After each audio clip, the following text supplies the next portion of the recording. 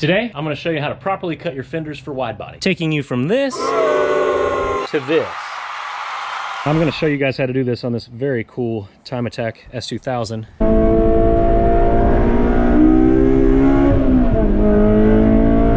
Just take a moment to just appreciate how freaking cool this car is. Super clean. Got a cool Voltex wing, some nice RPF1 wheels, bunch of cool aero, splitters, little tow hook. Let's see what's under the hood. Wow, clean. Nice carrying in cold air intake, Koyo rad. I see that it's got some coilover suspension. And other than that, it looks pretty straightforward. The inside is super clean as well. Nice racing steering wheel, Momo seat. Very clean, very cool. All kinds of carbon bits. A really cool hardtop. Before we get started here, I need to jack this thing up and pull the wheels off the back so it gives me a little bit more room to work in the fender well here. So let's get this thing jacked up and the wheels pulled off.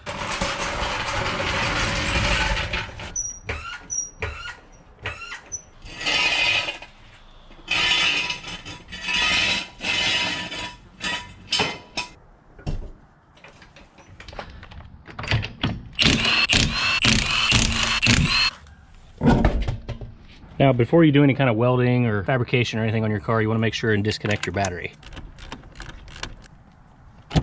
Now, as you can see, the previous owner did a pretty poor job doing this. What you'll often see is people will cut these slits in it, hammer them up and over, and then they'll drill a hole and rivet that back together. Now, if you're on a budget and you have literally no other options, I guess that'll suffice. It'll kind of get you going. But you're gonna leave a ton of open gaps in your fender. So you're gonna have to seal that up. I've seen people use spray foam, all sorts of janky stuff. And while that'll get you going, it's not ideal, man. I mean, if you're gonna bust out the money that it takes to buy a wide body, spring for a little bit more. Have a fabricator arch and weld your fenders the proper way. Or even follow along and do what I'm showing you and get it to the point where it needs to be welded, and you do all the legwork of all the hammering and cutting and aligning and everything, and then you can just have your local welder finish it up and seal it up for you. As you can also see, there's tons to work with here, you know, like it kind of flattens out here, so you don't really want to arch any higher than where it flattens out. Like I said, this is only going to go up about 1.5 inches more, which is plenty of meat to work with, to where I can put a little heat into this inner fender, hammer the heck out of it, and then I'll get these two seams to meet, and then we'll tack weld and then fully weld it all the way out, so you don't have to worry about any kind of sealing issues. Protects your car from the elements, you know, especially you guys up north, you know, salt and snow will get down into this. Look at that. And that'll all drain down into your rockers and cause rust. Nobody likes rust. So I'm gonna show you how to do it right. We're gonna start with drilling out all of these rivets here, and we'll grind the paint away so we got clean metal, and then we're gonna weld all these holes shut. Looks like they missed the ball on a couple of these, couple meaning every single one. And on another note, riv nuts. Why are you all riv nutting your body panels on your car? How often are you taking your wide body off of your car? You do not need to riv nut your wide body. Stop using riv nuts. Rivets work just as well. You don't have big goofy hardware on your wide body. You could use nice, tiny, clean rivets. You're better than this. Do it once, do it right. And stop pretending like you're ever gonna take this wide body off your car, because you're not.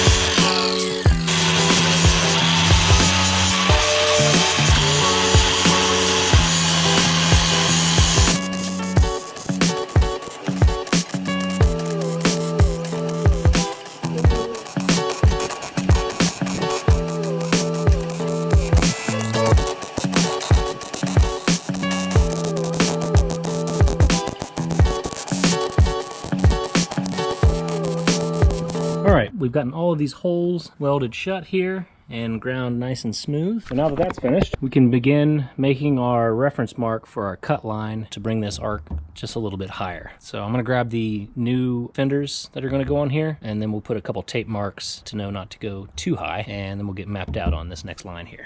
All right, there's our reference marks. I'm probably gonna mark this about to here, and then we'll start cutting this thing. We're also gonna cut the rear bumper here, just like straight down, because as you can see, all of that gets covered up with the overfender. So here's a little trick I like to use I just take this center punch here and a piece of string, and I attach it one end of the string to one of the lug studs down here, and the other end I wrap around the punch there, and then you can use that to kind of set your arc. It takes a little bit of finagling, so don't go straight away, just like grinding away. Just kind of mark out, get kind of a feeler how you want to do. Now you're going to probably have to like tilt this as you get closer to your edges to give you the correct arc, and I think I about have that, but yeah, just a piece of string and a center punch. I used to have a scratch awl, but I lost the tip to it, so we're just going to use this Sharpie. This part's kind of tricky to do straight. That's about it. That doesn't look too bad. You know, this is just a reference mark, so whatever makes a line, just get it done. All you got to do now is hit it with a cutoff wheel and chop this part out of there.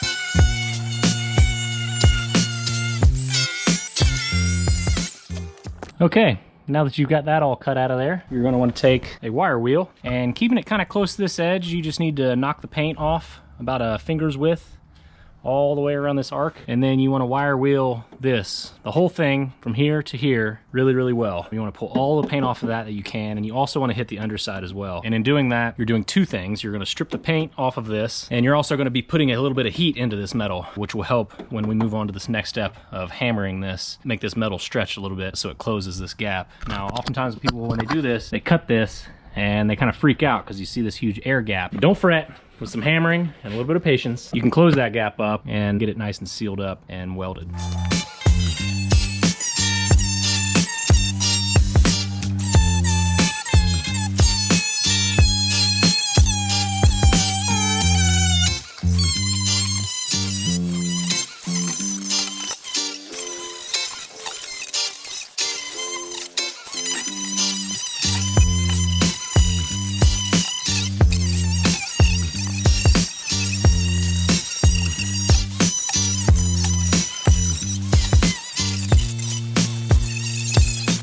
All right, now that we've gotten all this paint and stuff cleaned off, we're almost ready to begin hammering. But before we do that, you're gonna wanna take a heat gun, and from the back side here, you just wanna slowly heat this inner fender so that metal becomes a little bit more malleable. And this heat gun is plenty enough to do it. You don't need a ton of heat. You just wanna warm this metal up a little bit so it's a little easier when we go to hammer it to get it to meet this outer fender skin. And now for the fun part. You take you a big old hammer, some Ear Pro, and you just start beating on this until it gets closer and closer to this. Now, it doesn't need to meet totally close all the way up here. Once you start to get it to meet a little closer to the bottom down here, we'll move on to the next step. But for right now, we're just gonna hammer on this and try to close this gap up as much as we can. So here we go. You can see it's already kind of starting to meet right here. So we're gonna keep working this and get it as close as we can.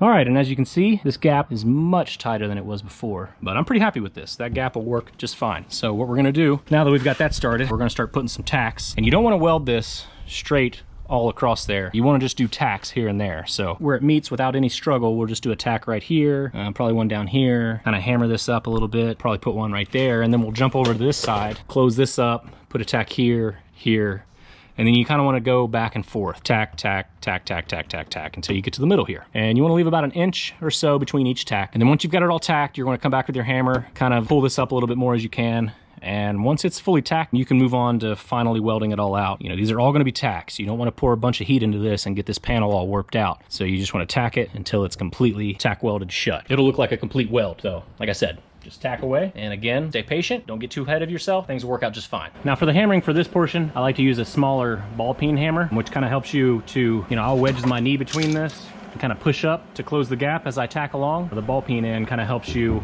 once you've started to tack, to kind of massage it in and fully close these gaps up. So let's get to hammering and tacking.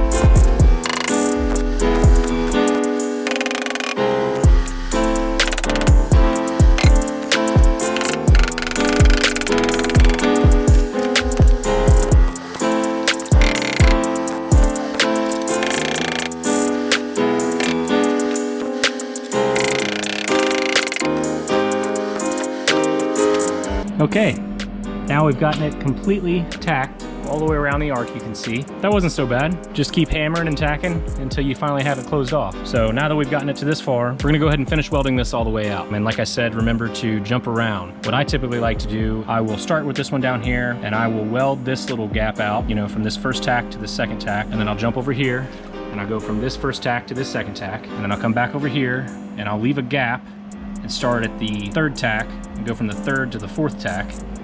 Back over here, leave a gap, just go back and forth, and then once you have all those gaps, you'll go and fill each gap in.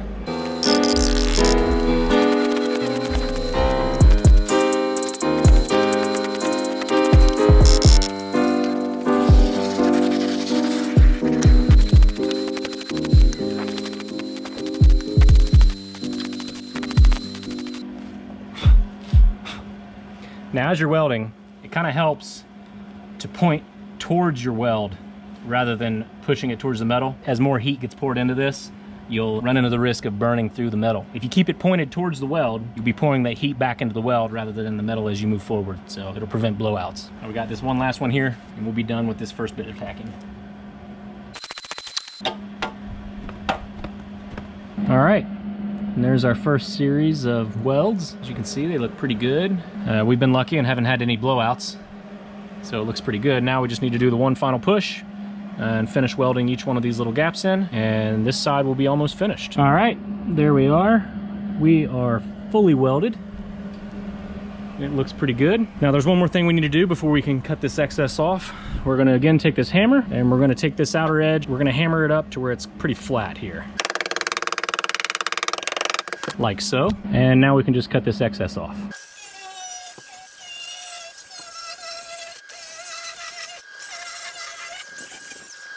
And now that you've got that cut off, you're gonna use a flap disc and you're gonna clean these edges all up.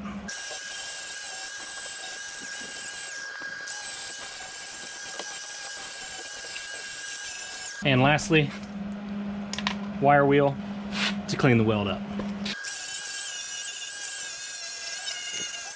And then I like to take a piece of Scotch-Brite and finish cleaning it up.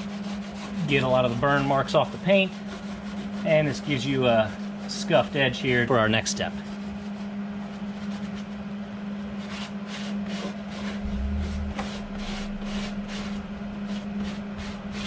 And there it is. This side is looking pretty good. Fully welded, completely sealed off, no more outside elements getting into the cabin, and it looks pretty good to boot. So now what we're gonna do is we're gonna tape off around this whole edge here, and I'll show you what I like to coat this with. I personally like to use this Duplicolor rocker guard. Found this stuff on Jeep forums. A lot of Jeep guys hit their rockers with this, so it prevents rock chips and stuff. And it lays down really thick, and it seals up any potential pinholes that you might have in here. Super durable. So I like to hit this outer edge, seal that up really good, and then I do a decent coat underneath too to restore what we ground off and burned off and stuff during the welding process. So let's get this tossed on here and we can call this side done.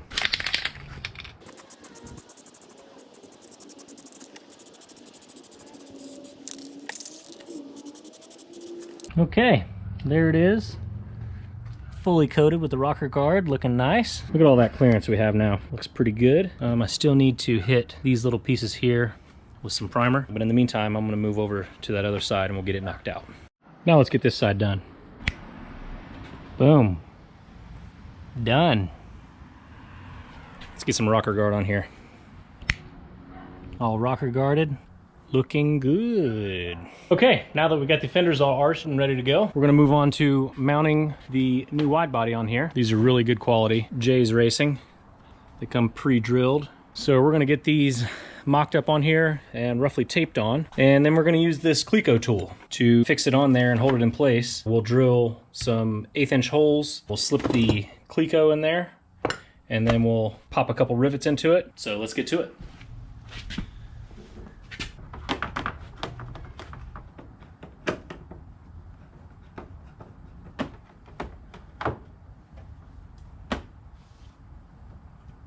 Pretty dang good.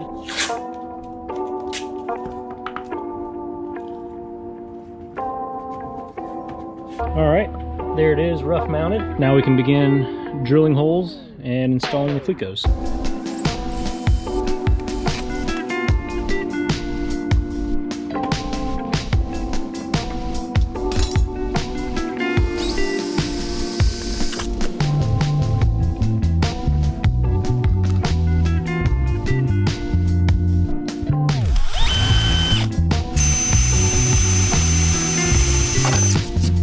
brand new bit has a bit of a wobble to it.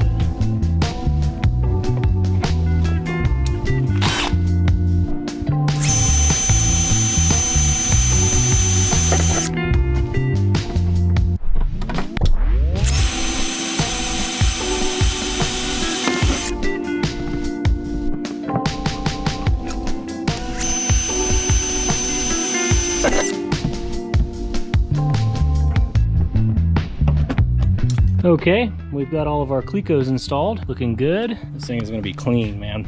It looks nice. All right, now let's get some rivets in here. We're gonna take one Cleco out at a time and replace each one with a rivet.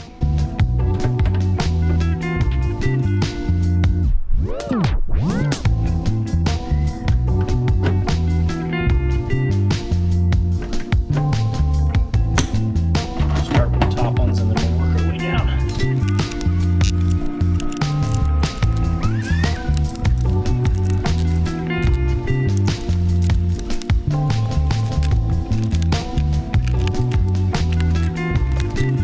And there it is. Nice and cleanly riveted on there. Look how tiny and clean and nice that looks. Very good. So now let's move on to the other side. There it is. Wide body is installed. All right, that's gonna do it for this one. Hopefully when you get to your project, you can do it cleanly and make it look nice. As nice as this bad boy. Customer came and took the wheels. He's gotta swap some tires around, so I don't have this thing back on the ground yet, but dang, does it look good. Let's get a full walk around of this bad boy. Dude, this thing is so cool. Love this. Overs came out really nice. Can't wait to see it on the ground with some big meats on the back of it. Good stuff. So yeah, that's gonna do it. See you next time. Take care.